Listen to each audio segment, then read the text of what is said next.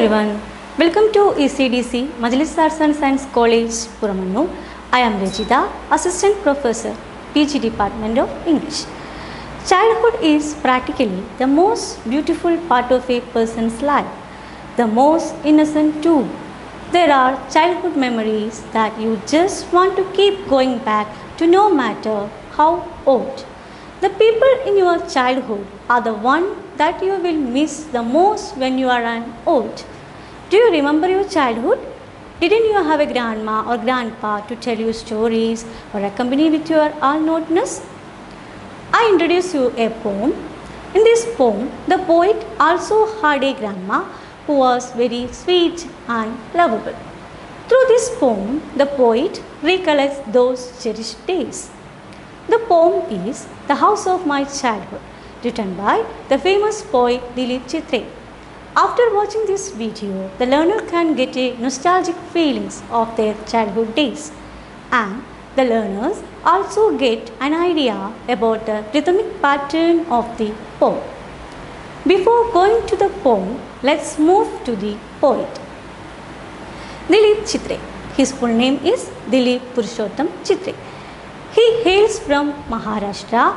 He was one of the foremost Indian poets and critics of post-independent India. A versatile writer who wrote Marathi as well as in English. He was also a painter, translator, fiction writer and filmmaker. His first collection of poems was published in the year 1960. In 1990s, he published a volume of his poetry called Collected Poems.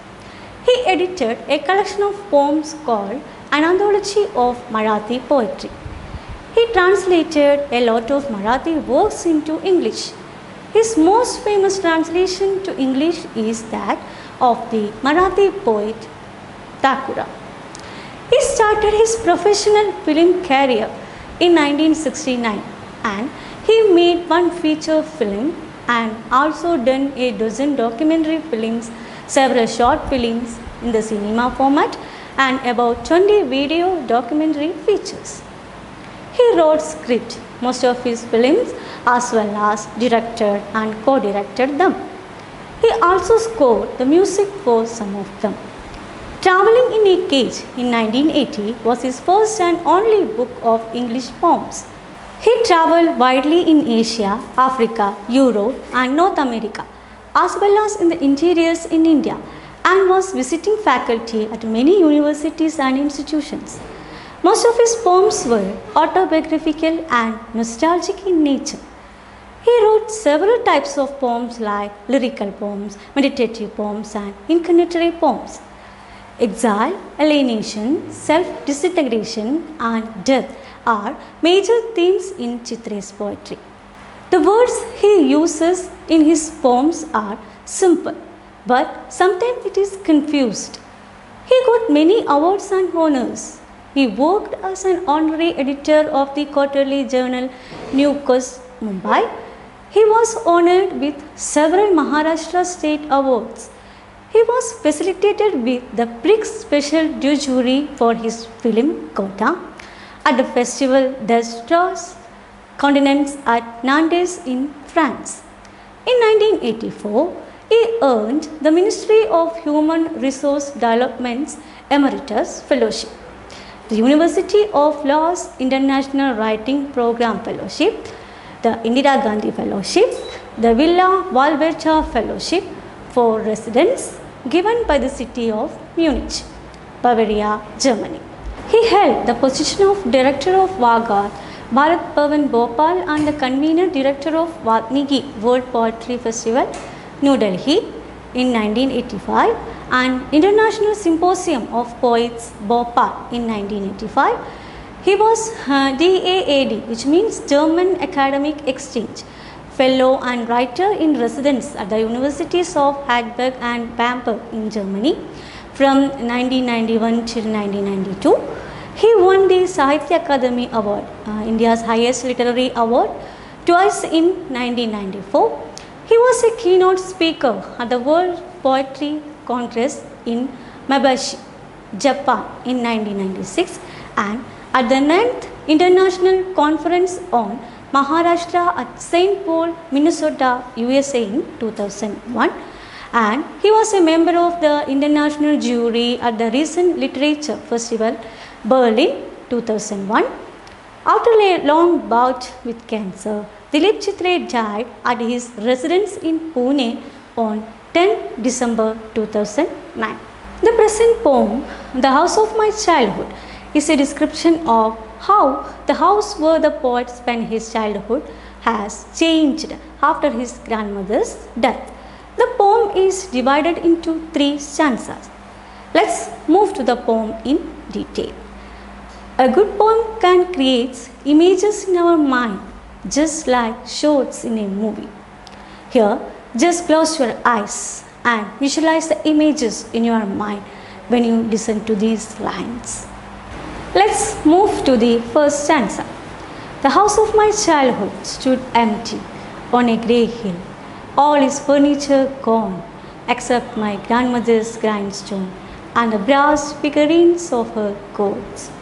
Now, you can see a house, the house where the poet spent his childhood days. The house is on a top hill, which is in grey color. The house is now remaining empty, except his grandmother's grindstone and her small statues of goats made of brass. The poem begins with his ancestral house. Here, the poet is very far away from his ancestral home, and today he is back to his ancestral home.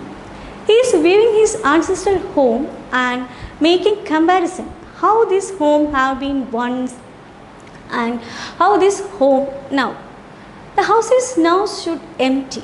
It stood on a grey hill. Why the poet mentioned the hill is grey? Usually, hills are covered with grass, plants and trees. But here the hill is grey, making a proper setting for the empty house. The image poet creates not colorful because it indicates a time in the past. Let's look how inside the house. All his furniture gone except his grandmother's grindstone and small statues of goats. Grindstone, definitely a kitchen item in an ancestral home where food is made. In modern kitchen, we can find this grindstone and all kind of equipments placed by modern kinds. The grindstone is symbolic representation of past generation. The picture of grandmother we get from the poem is that she is a very traditional and religious lady. The grandmother had worked hard and loved to make various dishes for her grandchildren. That's why the grindstone is common image in the house. Second thing is brass figurines of her goats. This line indicates that the grandmother is a very religious lady and she worshipped regularly to please her deities for the well-being for all. Through this stanza, the poet shows that the distinction between the past and modern generation, because the modern generation is not interested in using grindstone. They have better kind of equipment within their kitchens. The other thing is brass figurines. This shows that all religion is declining among the modern generation. The new generation doesn't bother about the two things, the stone and brass, which will not decay, are the only things that remain there. Let's have a look at the second stanza. After the death of all birds, bird cries still find the mind. After the city's erasure, a blur still peoples the air. In the colorless crack that comes before morning, in place where nobody can sing, words distribute their silence among intricately clustered glyphs. In the second stanza, he recollects his childhood memories. Even after the death of the birds, the cries of the bird can be still heard. The glorious childhood is over, but it seems its effects are still remaining. By death, he implies that the childhood is gone forever.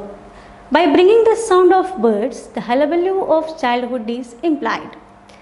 The city life had tried to erase the childhood memories, Many of the members moved these ancestral homes to certain cities, and sometimes city life has the power to erase memories. Definitely the memories of a village life. So here the poet says that even after moving to the city and it can erase all the good memories. But the memories from the poet's mind are still blurred pictures there. An image similar to the previous one. Colorless crack used in the line a figure of speech. Coming here is alliteration, which means the repetition of consonant sound in succession.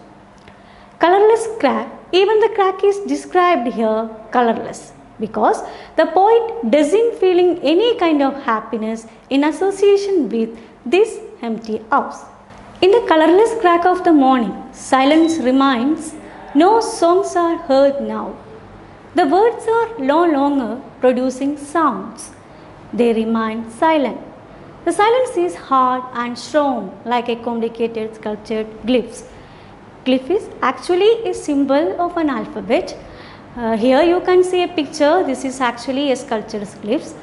It is hard and it cannot be moved. Through these lines, the poet means that a place where once a lot of sounds of happiness was there, now strong silence remains there. The silence as strong as sculptured symbols on stone, which cannot be moved at all. Next, we can move to the final stanza. My grandmother's voice shivered in a prayer branch. I toddle around the empty house. Spring and summer are both gone, leaving an elderly infant to explore the rooms of age. In this stanza, the poet feels his grandmother's voice.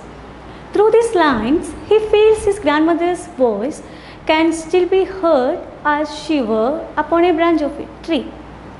The tree, which was once green but now it is dry, its branches are bare. Grandmother is probably dead and gone now. Death and withering are everywhere.